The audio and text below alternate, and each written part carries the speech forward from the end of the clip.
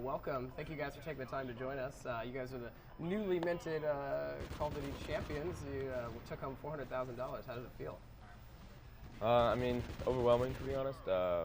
We set this goal a year ago to be the Call of Duty World Champions, and we really worked hard this past year. But I think I speak for all of us when I say, we're just overexcited, and we're not going to stop here. Yeah. Now, obviously, you faced some pretty stiff competition. The Optic guys, and then Envious. But you kind of took a clean sweep towards the end. It was really impressive to watch. I'd say our bracket was a little bit easier than expected. We expected to play difficult teams, and there were difficult teams, but the upper half of the bracket was a lot more difficult. I think that the match against Optic Gaming, the green wall, was the hardest one of the whole tournament. It came down to the last map, and we didn't drop around that last map, and that was huge to us. And I think that once we won that map, then we knew we were going to win the tournament. So, Karma, you won twice in a row now, back to back. How does that feel? It's actually pretty amazing. I was with the best guys to give me the best chance to win twice in a row.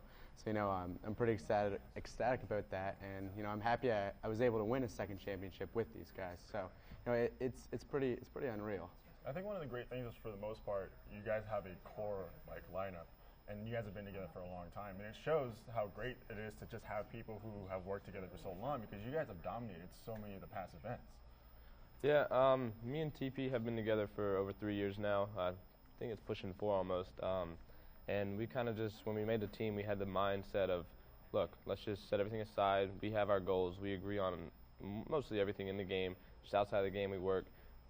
We picked up Crim 6 about over a year ago, and it's just the way we form our team is so based on individual skill. Mm-hmm. We're all the best in our roles and what we do, and as long as we can mesh outside of the game, it works perfect. So what kind of preparation goes into going into something like the COD Champs? We'll do our best to practice anywhere from 4 to 6 hours a night. We have the MLG Pro Leagues to play in online. We basically just hop online, try and get the best practice we can against some of the other pro teams from North America. Internet issues come into play when trying to play some teams from the EU and other regions. So this tournament really showed who was the best in the world, and all the preparation we've put in the past year, all the success we had. We really put it all into this tournament, and the fact we were able to have all that hard work pay off is just a great feeling to have. So I'm sure a lot of people watch you guys play, and they want to replicate what you guys do in terms of loadouts and stuff. And you can see that a lot of the top tier weapons would be something like the Remington and the MTAR, right? Using muzzle brake, et cetera, et cetera. Explain that to me. Why are those attachments so valuable to you? Well, I know on the MTAR, grip and muzzle brake, it's kind of what the competitive players are going for is the weapon that kills the fastest, not necessarily the weapon that it's easy to handle, it's easy to manage the recoil, all that stuff. Kill times are so essential to Call of Duty esports, so that's why you don't see any suppressors. That's why you don't see any tracker sights and stuff that zooms in slowly. So you want to be quick, you want to be agile, you want to kill the guy and then be able to move to the next guy, or move to just stay alive, essentially. And how does that transition over to the perks? The perks, I think all of us were running steady aim the whole tournament, which that's like a kill-based perk. But other than that, you would see marathon and agility used a lot. Every single one of us uses ready up. I think we all think that ready up is essential for every single game mode in Call of Duty esports. It's so much easier to be mobile with ready up than compared to if we didn't have it. So there's actually a question from Twitter. This comes from Pangs. He asks, what do you think gives you guys an edge over the other teams? What is, if you could boil it down to a couple of things? I want to say the biggest thing for us is our mentality going in. I think we have a way stronger mentality than any other team of how we judge situations, how we adapt, how we just don't get flustered in any kind of situation. Other than that, in my opinion, we have 4 of the best players in all of their roles, like I said earlier. And just no one can, as far as raw natural talent goes, no one can outgun us, run and gun with us, and be able to have the same aggression that we do. Yeah, as a spectator, I can definitely reaffirm that. You guys are ice cold. You guys are just back there, composed, not freaking out when the pressure's on. It's really exciting to watch you guys. Yeah, I think it's just the teamwork that you see when they play. As soon as, I mean, there's so many variables and situations that come up, and just watching you guys adapt to specific things, you can tell you guys have really put a lot of work and effort into it. Yeah, a big thing is something we call small talk. It's basically not so much seeing a guy and calling him out. It's like telling each other what we're doing, what we're looking at, and kind of we just know to what each other wants the other person to do. And I think as far as communication goes, that's definitely where we excel. Even when I watch other teams play, I don't see them have the communication that we do. Yeah, and another question from Twitter. This comes from Javier. He asks, how did you guys get into competitive gaming? Like, where did it kind of all start? Well, I got into competitive gaming in like 2007, but I didn't really start getting serious until 2008. I started playing Call of Duty 4. That was my first competitive title. I know these guys will go into what they did earlier, or after, but I went from COD to Halo and then back to COD, and there's only 2 people in the world that have done that. So, but yeah, definitely Call of Duty 4 was an amazing game, and we're at the studio and made it. So. What about you guys? Pretty much the same. That's pretty much when Call of Duty esports began for most of us. Is in Call of Duty 4. It's kind of where it first got its attention. But yeah, back then, you weren't playing for prize money. You weren't playing for any of that. You're playing because you love to compete. And now it's moved to big stages and big followings and so much more on the line. But I think most of us here got into it for just the pure love of just competing against each other. It's completely different now than how it was. So, like, say a viewer wants to follow a similar path, like, what's your best advice for somebody to get started? I would definitely say you got to be a very competitive, driven person. I mean, you're not going to excel in this if you're just playing for the wrong reasons. I think all of us want to be the best, and that's where we draw the line. That's all we come here for. We want to have the title as, the Call of Duty World Champions, the best in what we do. So definitely just kind of figure out what it is that you want to do, and then just set that goal and achieve it. Do you suggest like forming a teaming, hopping on like game battles and trying to do like Yeah, definitely. Yeah, definitely. Competing online is where you got to start. That's pretty much just the basis for everyone begins. And one of my biggest tips is, I've said this for a long time, team chemistry is so important. I've been teaming with him for almost 4 years, like I said. So you need to find those teammates that you're going to work with in every situation. Never go down on each other. Never complain to each other. Just work together as best you can. So find those teammates that agree with you and go from there. And then how critical is like the YouTube stuff? Obviously, you guys have a big following, and a lot of that comes from streaming and obviously just event play. Is that something you would recommend? Like people get on the stream and just get themselves out there? Definitely. If you're a good player and you have a personality, you can definitely hop on like a stream, start up a YouTube, and that's really what I like doing. I like making videos to create tips a bit on a higher level. I would say make a video on domination, for example, where they're spawning at, what to do in certain situations. Things like that you can really translate to other people will help you grow a lot faster rather than just being good. Of course, that's what we focus on first, the win, then everything else kind of happens afterwards. But definitely it's definitely something that can help you grow faster. Another thing is you always got to know that someone's going to be better than you, and that's the best way to look at it because you're always going to learn something.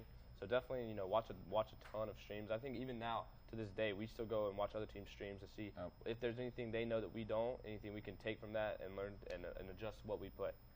Well, and speaking of that expertise, Karma, this is your second win. Yep. So what kind of expertise did you bring into the fold going into this most recent championship? I mean, coming into the tournament, I've obviously been in that position before, so I knew what to expect, and I didn't really have to do much because these guys have been in so many tournament finals. We just had to show up. We had to be confident. We had to trust each other, communicate, and that was the key to our victory. We came clutch in almost every situation we needed to, and it showed in the finals and throughout the whole tournament, and it made us winners. So. Awesome. Well, Jasper asks, Karma and Krim, are the shorts a factor? Well, I do own jeans, in fact, believe it or not. I just can't play in long sleeves, anything past my knees, I can't play in it. I don't know why. It's got to be aerodynamic, Well, yeah, I mean, it was really cold in the venue, but, I wanted to wear a jacket, I wanted to wear jeans, but that's just something it's like a preference to me. I know that, I'd probably look better in jeans or something like that, but it's just how I play, and that's how I win, I guess. Yeah, I wore shorts for comfortability, but Sunday I wore jeans, to look a bit better. To make me look bad. I you was know- the only one wearing shorts. Well, and the setup for the venue is pretty crazy. You guys were in like a soundproof booth, like, Yeah. and you were pretty close to the other team. Like, how tense did it get as you guys were playing? It was pretty crazy. Felt like a cage match or something like that. There was a wall that was sort of see-through. We could see the team sitting on the other side of us, and there's a little bit of trash talk here and there. Of course, it was just all in the game. We're all friends outside of it, but it got pretty heated. We're going into, let's say we win a map really close, we'll chirp at the team a little bit. Yeah, just say little things to try and get in their head, and it was a fun atmosphere to play in. Yeah, I think I thought it was kind of fascinating. I'm kind of a tech nerd, but I saw that you guys were wearing like noise isolating headphones, but then earbuds, like for like the actual gameplay audio. Like, what's the kind of motivation behind that? Well, I'm not sure. Well, the thing is, at other tournaments, that's what we usually have to do. There's usually not a soundproof booth, but we have to use like earmuffs and stuff like that. So we always use earbuds underneath. So I mean, even though those headsets, they could play through audio, but we were used to the earbuds, so it wasn't really a problem for anyone. And the reason they do that is to try and make sure that we cannot hear anything outside of the game, like the casters going on. You definitely get an unfair advantage in like a search and destroy match if you hear the casters talking about what's going on. Yeah, things yeah. like that. So it's for the competition. The teams could definitely hear the other teams, though. And anything in the booth, you could still hear it. Yeah, and that's a big thing. Like, especially when we played Optic Gaming, they're, I would say, one of our biggest rivals in competitive Call of Duty. When we kill somebody, we like to let them know, kind of like get in their head and mess with them, and maybe just change the way they're playing and shoot some bodies. Just have some fun with it. We saw a lot of that. Yeah, I did see a lot of that. Me as a personal player, like I can't even imagine what it's like to deal with all that kind of sensory overload. You've got the game audio, you guys are talking constantly, like making sure that everyone's in the loop. Like, how do you manage to like kind of filter some things out, but also kind of maintain like positional awareness of where other teams are and where gunfire is coming from?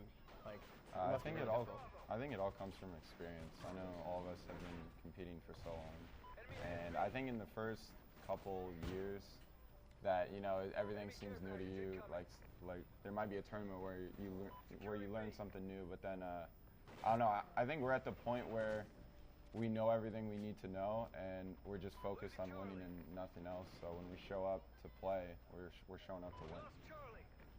So what are like the mentalities and the things that you guys do when like a new Call of Duty drops out? Like Ghost came out last year. Going into it, like what was the process? So since we've been together for the past 4 years, there's a stat. We've won the first tournament on the last 4 Call of Duty titles, the very first tournament that was held. So I believe we call it picking up the game faster, kind of be able to pick up the game and see what it takes to win, where you need to be on certain maps, and just adjusting to how the new game plays. And I think we do that the fastest, and I think that really comes with experience, but also just having like a sixth sense to Call of Duty. But definitely being able to pick up the game fast is what puts us over the next level. Awesome. Well, thank you so much for your time. 2014 Call of Duty champions. Congrats, guys. Yeah, it's super exciting. Enjoy, kind of taking your victory laps and, jumping in hopefully again soon. We'll hope to see you again soon. So thank you so much. But we're not done. We have so much more to come.